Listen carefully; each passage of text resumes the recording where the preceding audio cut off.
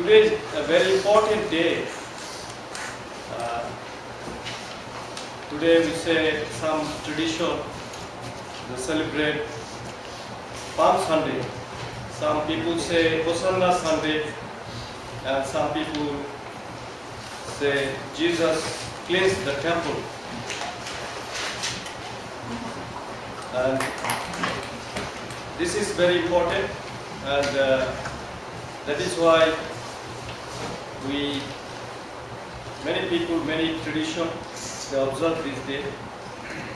But because I selected from my own, I'm sorry that we selected another passages, another reading.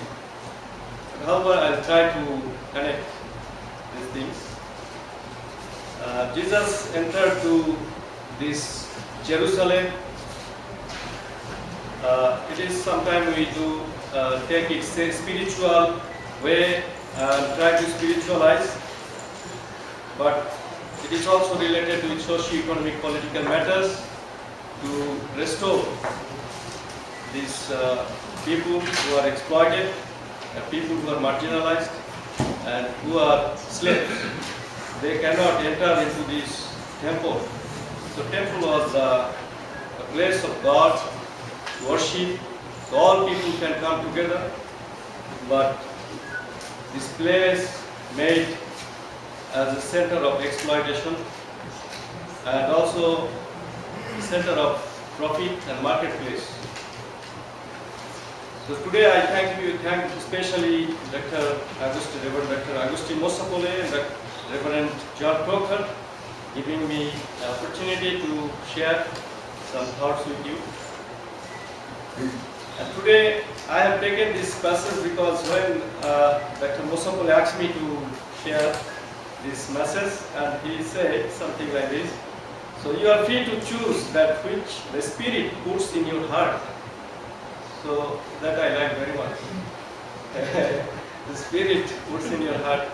So that thank you for giving me this freedom. So why I have selected this passage today? The RSB translation say, Proverbs 23, it says, buy the truth and not sell it. Buy the truth. But here is given another thing. The wisdom and learning is very important. So I have taken this passage because I was thinking, and when I was we are learning something about in our class, in theological class, that there's very crucial issues we are facing like globalization and ecological problem that affects in our life and all over the world, not only in Taiwan but all over the world. And one thing we could see that all over the world, the market play an important role in our life.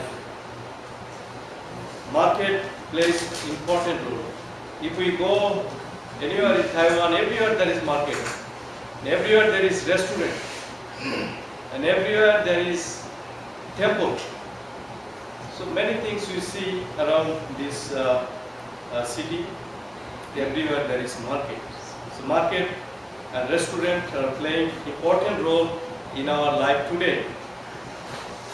Market and economy has become a religion. Many people say that now religion is becoming like market, and money is becoming ecclesia, like church. This is also related with Jerusalem temple, as we have heard that it is becoming like marketplace, business center for the dominant powerful people. Market becomes the temple now which decides that how we can live, how we can eat, what we should wear. All these things now market deciding, and we just follow. And secondly, this text also talks about education and learning community, because parents are the teacher and their son or children are the student. So this text is the same of voice which emerged from Egypt background. The text is also talks about education or teaching and learning, which help for us as student, because we are most of us here student and related with education, and some professor also here. So we are in education or learning background. The background of this text, here we see the parents are teacher and children's life for their teach for their life and future. Parents become happy and proud to see their success and continual success in their life. They advise that what they taught the truth for their life, they should not forget. And they have to tie them and wear them, their teaching like necklace. And we should not forget our parents and elders and our teachers and their teachings. Sometimes we forget our responsibility to our parents. Our learning and teaching also should not be buying and selling oriented or profit oriented, but to concern for the building up a good relationship in the family and in the community and household of God. The truthfulness of generation, future generation, to make better fruitful and future generation. For an example, we see the two major things which should be our concern to serve, that become like now profit oriented, like education and medical service. Now it is becoming like business matter. It's supposed to serve the people, those who are in need. However, when children obey the instruction of the parents, they become righteous and thus brings joy, gladness and honor to the father and mother. Proverbs 22:6 says, "Teach the children when they are young, so they will not forget even they become old." So our family is an educational center. We learn everything from our childhood in our family. So if we learn from our family, we will not forget. From my experience, I can say that how my parents love me and care for me. I remember when I was studying in boarding school away from my home, my father used to write in every month and they used to instruct.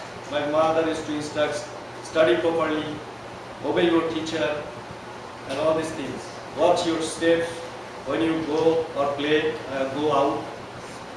My father used to write letter that whatever you do by depending upon God. So still I remember and try to live my life that way. So the family is the most primary and most nurturing education center of our life and faith. Today Bible is telling buy the truth and not sell the truth.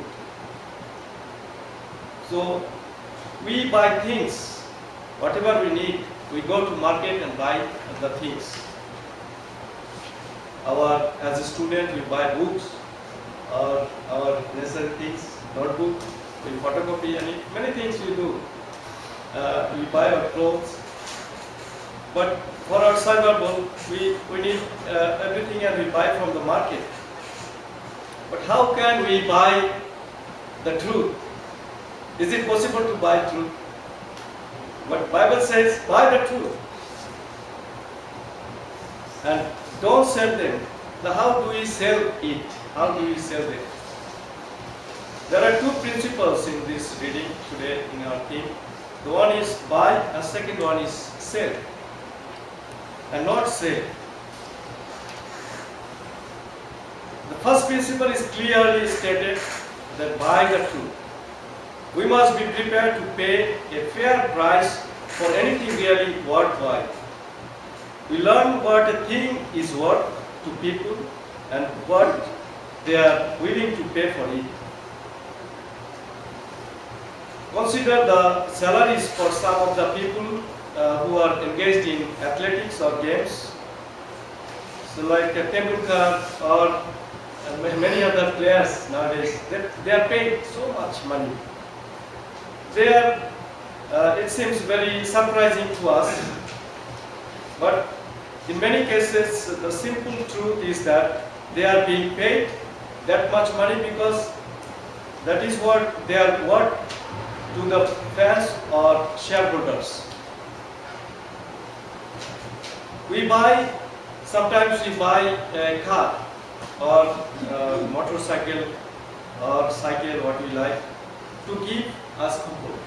Even it is sometimes difficult to buy with lack of money, but we try to buy our cars because if we buy the car, then it will give us some comfort.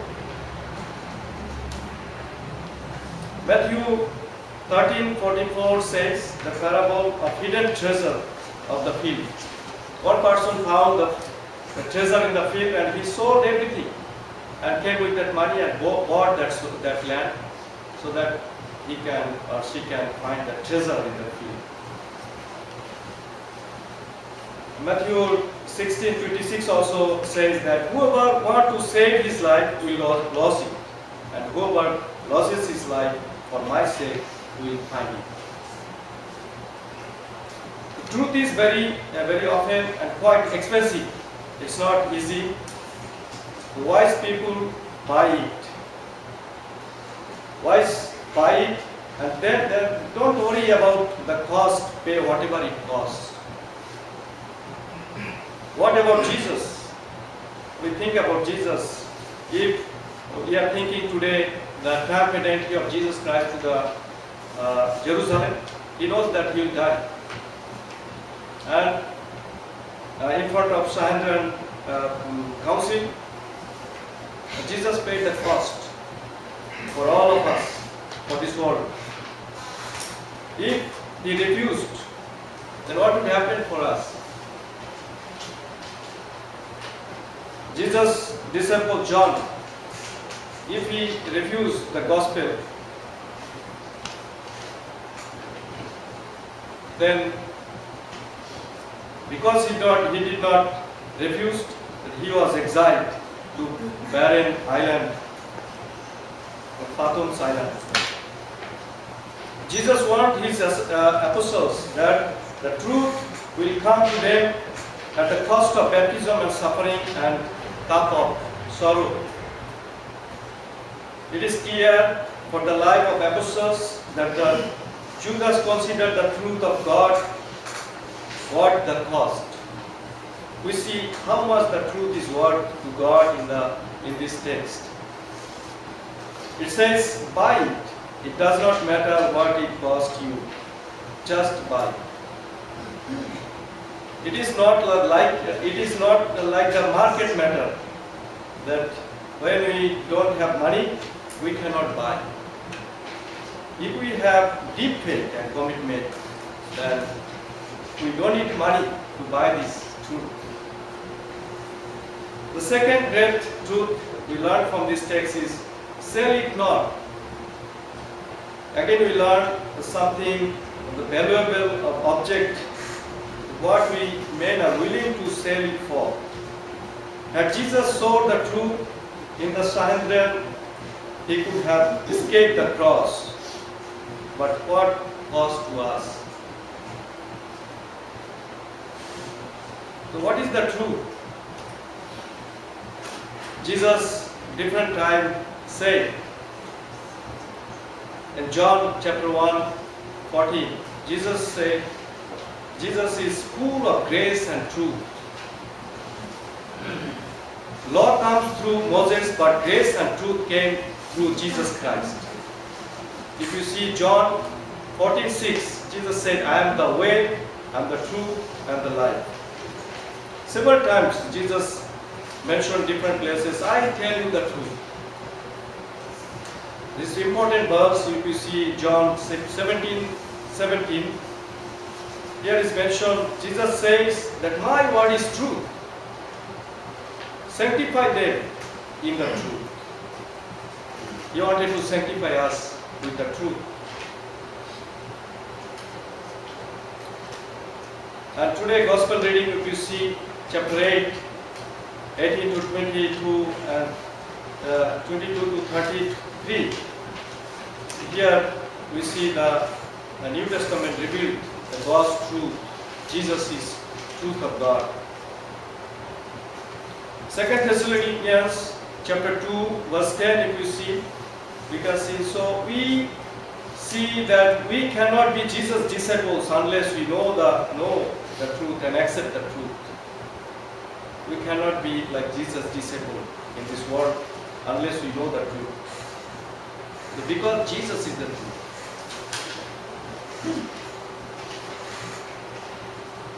As we mentioned that around the Taiwan city, everywhere we see a temple. And people practice Buddhism, Taoism or Confucianism, and different kinds of religion around us. So is there truth in their religion? Or only truth in our religion?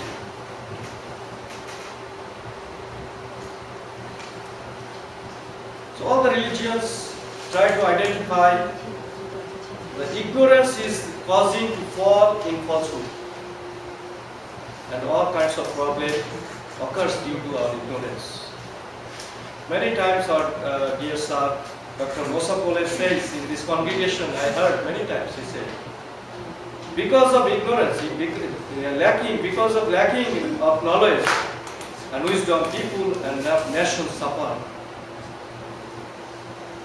I quote, he mentioned like this quotation, to live is to know love, and to love is to know, and to know is to do, and to do is to serve. To serve is to be community in communion, and to be community in communion is to be authentically human. Furthermore, he also says, love is redemptive through overcoming alienation and granting newness of life.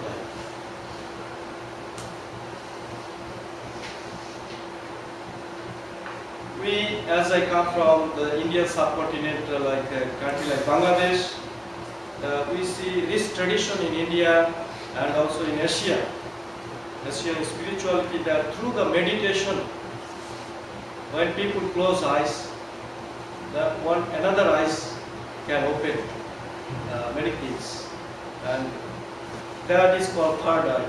C.S. Rock, he mentioned about the third eye. We could identify us with God and perceive the truth, and we can remove our ignorance.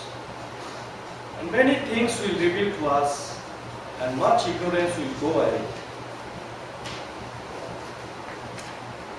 So unless we know the truth, many things will be hazy in our mind, and we be in fog and danger, and our life will be sometimes delayed.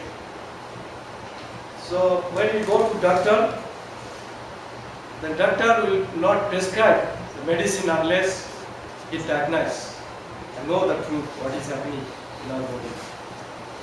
The same thing in justice. Unless people witness the truth, and just cannot do the justice.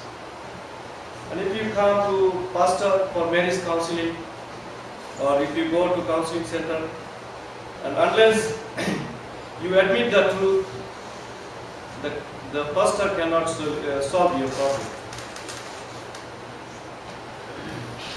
Many times we, as a young people, we go away from this truth, from our faith and our commitment, and that derails our life. I give an example from my context that may help us to understand sometimes how we live in our life. It's a story like a snake and rat. Snake and rat were two friends They used to live together. It is impossible to live together, rat and snake, but they used to live together.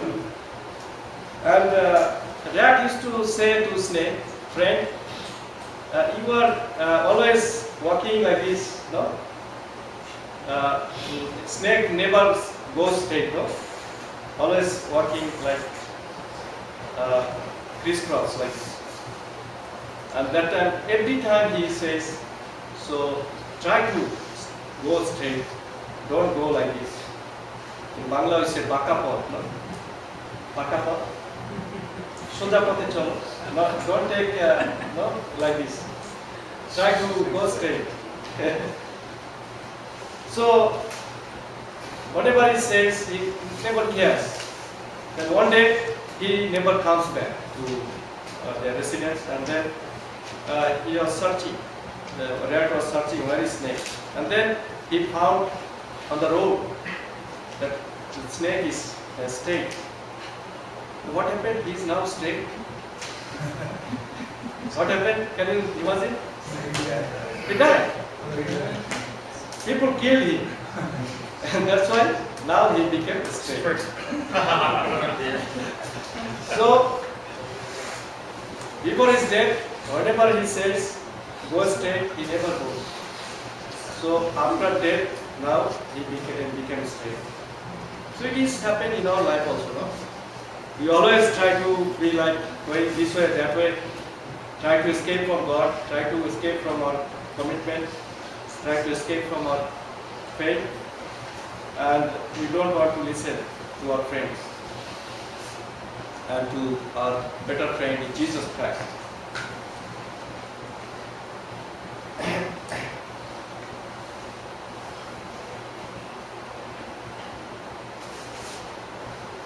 So where this unfaithfulness begin? Why does this unfaithfulness begin? Today gospel, if we go further, we will see Jesus said at different times to the people that why you want to kill me? Whatever I listen from my father, I tell everything to you. Whichever I listen from my father. They say our father is Abraham. So if your father is Abraham, then why you want to kill me? Abraham did not kill anybody. Then Jesus goes further and saying, if you see 8:44 and 47, he says that today gospel is saying that our unfaithfulness begins with Satan, devil. He was a murderer from the beginning and does not stand in the truth because there is no truth in him. When he speaks a lie, he speaks from his own resources. God is a liar and the father of liar. And if we lie all the time, where does it lead us? We go away from God. If we see Isaiah 59, 13 to 15, there is written how we go away from God. There is no truth at all in our life. We revolt against God. We oppress people. We speak lie. And there is no truth in our heart. And where does it end? Our falsehood will end to eternal Satan. Revelation 21:8 says a different thing, that if we live in falsehood, how our life will live. It will be like unbelieving, abominable, murderers, sexually immoral, scorers, adultery, liars, and many things.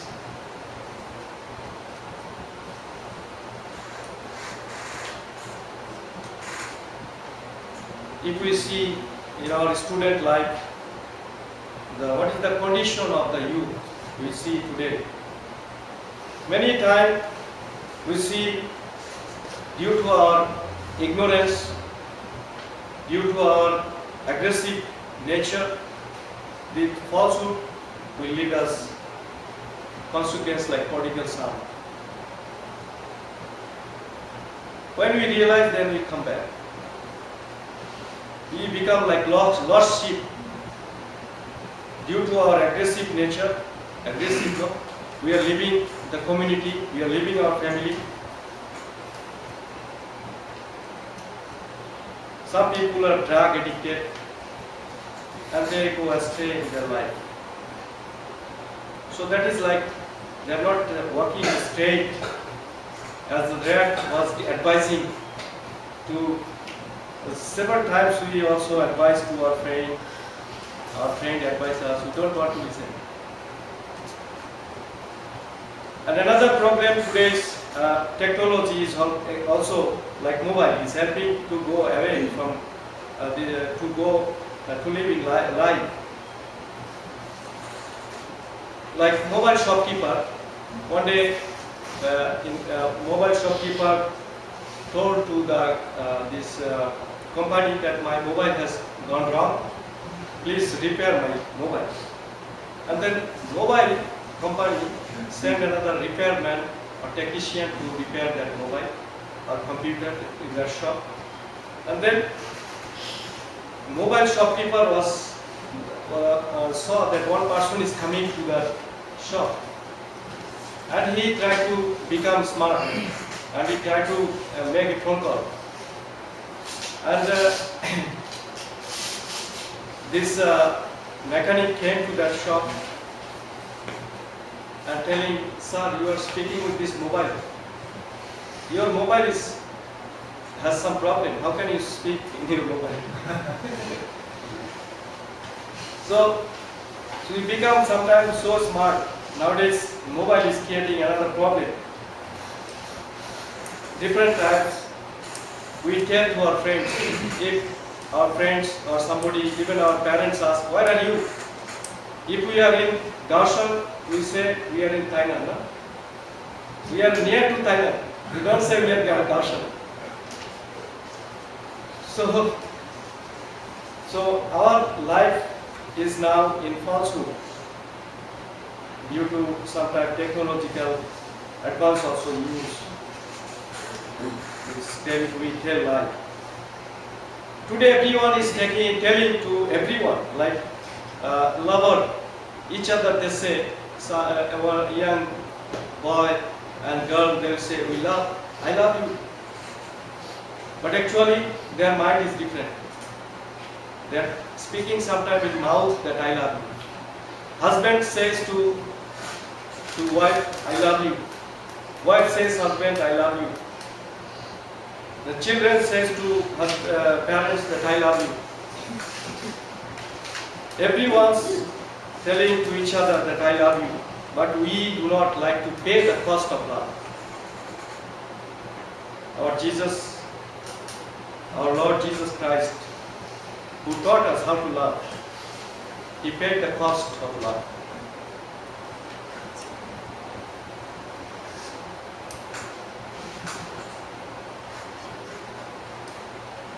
So therefore, friends, we need to buy the truth and walk in truth. Now how can we buy the truth? John 8:31 says, if you hold my teaching, if you hold my word, you will be my disciples. If we can work according to Jesus, what Jesus taught us and said to us, and we can work on this truth, and that truth will make us free from our lives, free from our bondage, free from our all kinds of activities. Are we holding the teaching of our Lord Jesus Christ? Are we really Christian? Are we committed? And these are the questions we need to ask ourselves. As His disciples, we need to fulfill this requirement. Because truth is God, truth is life. If we are in truth, then we will be in the God, we will be God, and there will be life. and there will be love. Sometimes knowing truth is not also enough. We need to respond to that truth. And we need continuous response. I just want to give an example how we can live as a Christian with commitment in this kind of evil forces in this situation. How we can live. So I tell one example from Bangladesh context. So it's like breaking the jackfruit. Reverend John Cocker may know, and those who are from India. Because most of the time we take fruits in our home, we don't buy from the outside. So our mothers, or whenever we break this jackfruit, what we use? We use oil. We use oil. Why we use oil when we break the jackfruit? Because jackfruit has a lot of sticky, and if you do not use any oil in your hand, if you touch, then your hand will spoil, your skin will go. So as a Christian, we need to use this kind of oil in our life, and then we can live in this world even there is a lot of evil forces, ungodly situations. Like Daniel, Prophet Daniel lived in another place, not in his own place, but he was faithful to God. Every day he used to pray 5 times by kneeling to God and prayed for, and he was faithful, and he was given awarded as a prime minister in that situation. If we compare today's situation, he became like prime minister in another country because he was faithfulness. So we need to use this oil of prayer, oil of commitment, oil of faith that can save us from this kind of ungodly situation and evil forces. Friends, let us be faithful and true to this calling, as Jesus taught us. As he said, if you are in my truth, if you keep my truth, then that will set you free from every kind of situation. So let us pray.